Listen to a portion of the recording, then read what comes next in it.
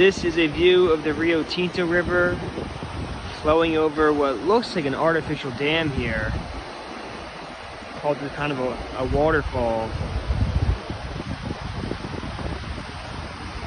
And the water continues and flows under this ancient Roman bridge, still in use today, by cars no less. I've seen semi-trucks go over it as well. So obviously they've done a lot of repairs to it over the ages, but still it's incredible that it's still in use.